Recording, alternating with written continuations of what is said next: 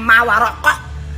Katanya lu diusir ya, lu pengen duduk yang terdepan, terpana, ya kan, seakan-akan lu paling cucok, ya kan.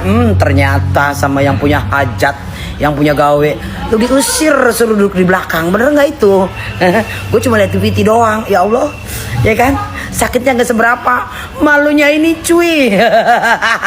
Makanya itu kalau kita membela orang itu harus pure dari hati. Kalau lu kan ada udang di balik bakwan, ngerti nggak gitu loh. Menjual nama tuh tersangka, mencari cuan, ngerti nggak lo?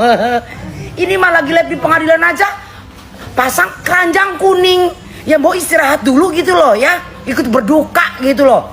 Orang lagi menderita, lagi kena musibah, masih aja cari untung, ya kan. Live di pengadilan masih aja pasang keranjang kuning, itu kan berarti lu tuh nggak tulus, ngerti nggak Sebentar dulu istirahat cari duitnya, berkabung dulu, ngerti gak sih?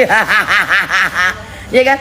Sakitnya ku di sini di dalam hatiku, sakit, wow.